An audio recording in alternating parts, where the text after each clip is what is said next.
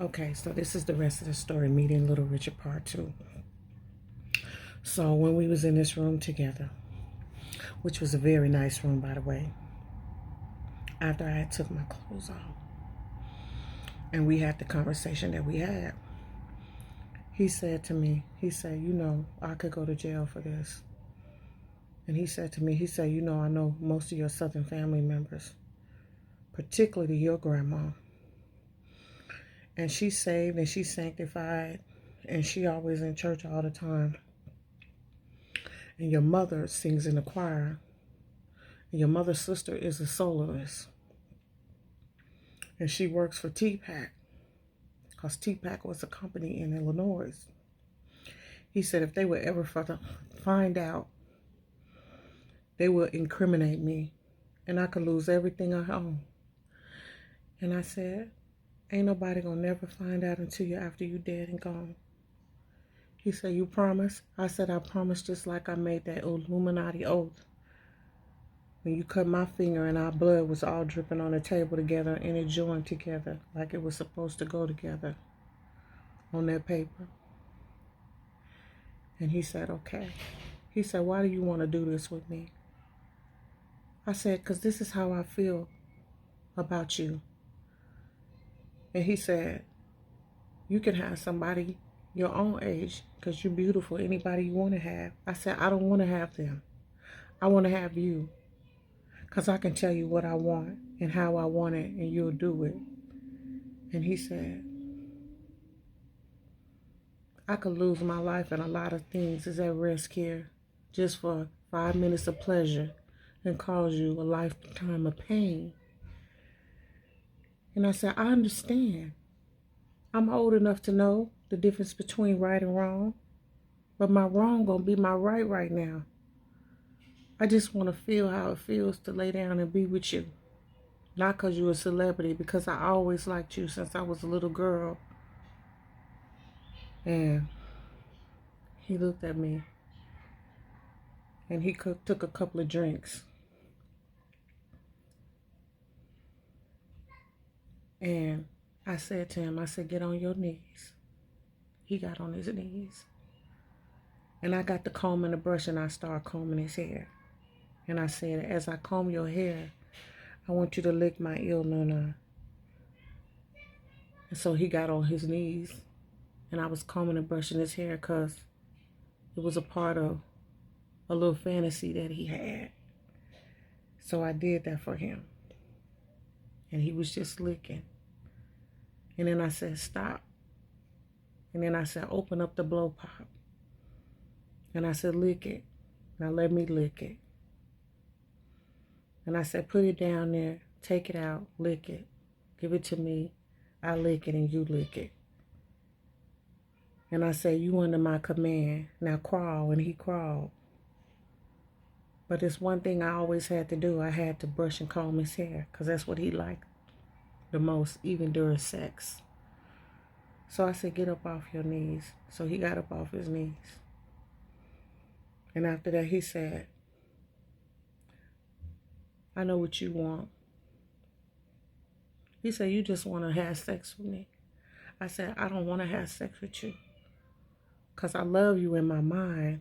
My body wants the sex.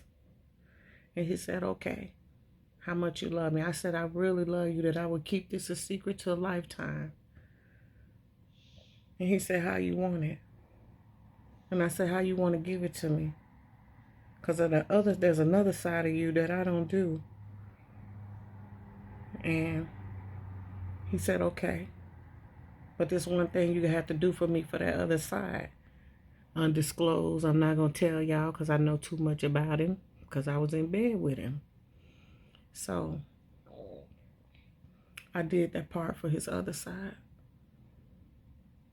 And I took a couple of more drinks. And I said, I understand completely. And don't get me wrong, everything that I'm doing is wrong. But in my mind, it's right. Okay? I don't want to be wrong. This is right for me because this is what I want to do. And I don't care if I'm 15. I know what the hell I'm doing. And I remember every damn thing I'm doing. And I ain't got no excuses to why I'm drunk. So I want to do this. And so we made love. We did it 6 or 7 times until he couldn't do it no more because he was old. It was okay though. There wasn't nothing left for him to give anybody else, neither his other side. But he has sexual fantasies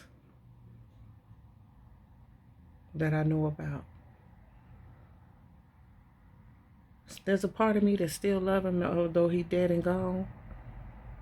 Because he was an older man, that probably turned me on more because he was more mature. I was already mature for my age anyway, baby.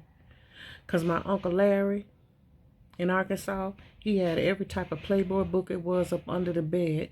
And it came with an instruction manual. And that was like the 80s. 1983 and the 90s. It was on and on and on. You guys, y'all don't know who you want to be. You don't know what you want. You don't know if you want a coochie or lang. But the real understanding is love, and sex is understanding who God made you and what and how to do with it. That's why people back then in the 80s, they didn't do the sex change much. They was just who they was, and they just did what they did. Because they loved themselves for who they were. They didn't have to create and make nothing. And it was on and cracking. But anyway, if this story is too explicit for you and you got a problem with it, life is a problem. And life is a bitch until you die. You ain't perfect. You don't have on Jesus Christ shoes. So don't go judging me by what I did because I was 15. Okay? Grown men do wrong things all the time. Sometimes it ain't the man that's doing wrong. It's the girl. She know what she's doing. She 15. She know the difference between right and wrong. Do I regret it? No. I always like the older men. Because the younger men, it's like sometimes they didn't understand. And I didn't have time. Freaking was on the menu. And freaking was my addiction. But it was very clean. It was very godly-like.